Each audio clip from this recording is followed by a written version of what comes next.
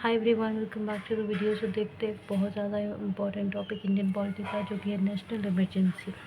बेहद important topic है क्योंकि एग्ज़ाम के पर्सपेक्टिव से तो है इसका इम्पोर्टेंस, लेकिन as a citizen of India इस कंट्री में रहने के कर्तव्य से भी हमारे लिए, हर एक देश के निवासी के लिए जानना बहुत ज़्यादा ज़रूरी है इस टॉपिक का, क्योंकि ये एकदम टर्निंग पॉइंट होता है जब ऐसी इमरजेंसी का सिचुएशन आता है। तो आइए समझते हैं बहुत आसान तरीके से। नेशनल इमरजेंसी यानी कि जब पूरे देश के ऊपर, एक स्टेट पे नहीं पूरे देश के ऊपर, जब ऐसी कोई इमरजेंसी, ऐसी कोई ज़रूरत आन पड़े तो उस टाइम पे जो एक्शन लिया जाता है उसी के बारे में यहाँ पे बताया जाएगा। तो नेशनल इमरजेंसी जो कॉन्स्टिट्यूशनल प्रोविज़न के यानी कि संविधान के ज़रिए से बनाया गया है, और इसमें सेंट्रल गवर्नमेंट जो है, कोई भी अगर देश के अंदर क्राइसिस हो जाता है, जैसे वॉर हो जाता है, थ्रेट होता है, या हमला हो जाता है, या आर्म्ड रिबेलियन होता है, तो उस केसेस में सेंट्रल गवर्नमेंट जो है इन सारी क्राइसिस को सेव करती है। नेशनल यानी कि सेंट्रल गवर्नमेंट पूरे नेशन पे राज करती है ना, तो यहाँ पे जो आपका सेंट्रल गवर्नमेंट है वो पूरी पावरफुल हो जाती है। प्रेसिडेंट जो है वो डिक्लेयर करते हैं नेशनल इमरजेंसी। मतलब ये चीज़ आपको पता होना चाहिए कि नेशनल इमरजेंसी देश के अंदर कौन डिक्लेयर कर सकता है, तो वो है प्रेसिडेंट ऑफ इंडिया। और ये आर्टिकल 352 ऑफ इंडियन कॉन्स्टिट्यूशन हमें बताता है नेशनल इमरजेंसी के बारे में सारी इन्फॉर्मेशन। जैसे अब नेशनल इमरजेंसी किस किस वक्त लागू होती है, जब वॉर हो जाए, युद्ध छिड़ जाए, एक्सटर्नल थ्रेट हो जाए, बाहर का कोई देश हमें धमकी दे, या फिर आर्म्ड रिबेलियन वगैरह के कारण जो है आपको नेशनल इमरजेंसी देखने को मिलती है। अच्छा, अब ऐसा नहीं है कि बस प्रेसिडेंट ऑफ इंडिया जो है बोल देंगे तो हो जाएगा। ऑफकोर्स थोड़ा सा कागजी काम भी होता है। तो उसमें क्या होता है कि आपको अप्रूवल लेना पड़ता है दोनों हाउसेज से, पार्लियामेंट के यानी कि लोकसभा एंड राज्यसभा से। 1 मंथ के अंदर, विद इन 1 मंथ आपको अप्रूवल लेना पड़ेगा कि भाई हाँ, हम नेशनल इमरजेंसी लगाएंगे। और जब अप्रूवल हो जाता है, जो कि हो ही जाएगा, क्योंकि अगर कोई वॉर के लिए बोल देगा, थ्रेट दे देगा, तो वहाँ पे थोड़ी कोई हाउस मना करेगा या वहाँ बातचीत थोड़ी होगी, वो तो आपको परमिशन मिल ही जाएगी। तो फिर जब अप्रूवल मिल जाता है तो 6 महीने की, याद रखिएगा, नेशनल इमरजेंसी हमेशा 6 महीने की लगती है। और अगर वो जो परेशानी है, वो अगर ज़रूरत है तो और आगे बढ़ती जाएगी। 6 महीने मतलब 6 महीने के लिए ही लगाई जाती है, और आगे भी अगर वो एक्सटेंड किया जाएगा तो 6 महीने का ही होगा।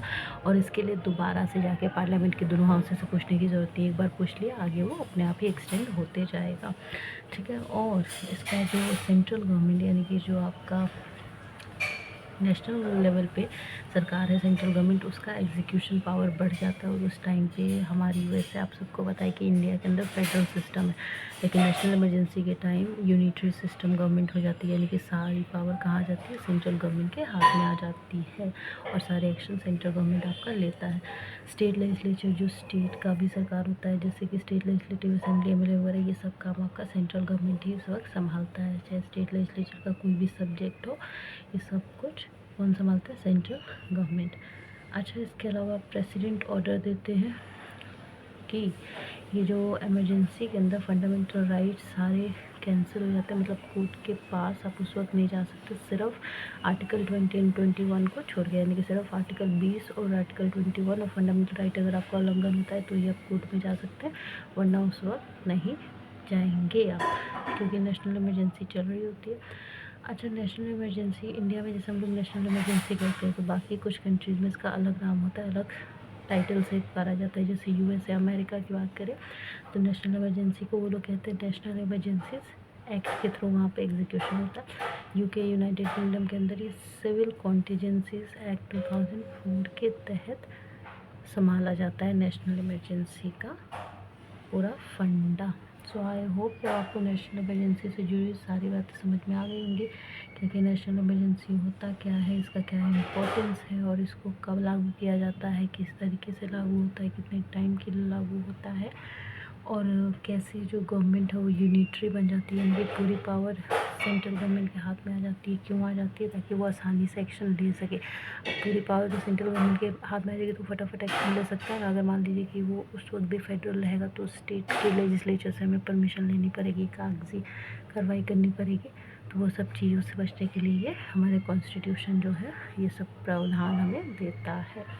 तो इसमें सबसे ज़रूरी ये भी बात याद रखने वाली बात है कि एक कॉन्स्टिट्यूशनल प्रोविज़न भी है नेशनल इमरजेंसी, है राइट, कि हमारे कॉन्स्टिट्यूशन में इसके बारे में जिक्र है। सो आई होप अब कोई वैसे तो डाउट रहे ना, लेकिन रहे तो आप कमेंट में पूछ सकते हैं। वो क्लियर किया जाएगा। बाकी सब्सक्राइब कर ले ताकि कोई भी चैनल लेक्चर मिस ना हो।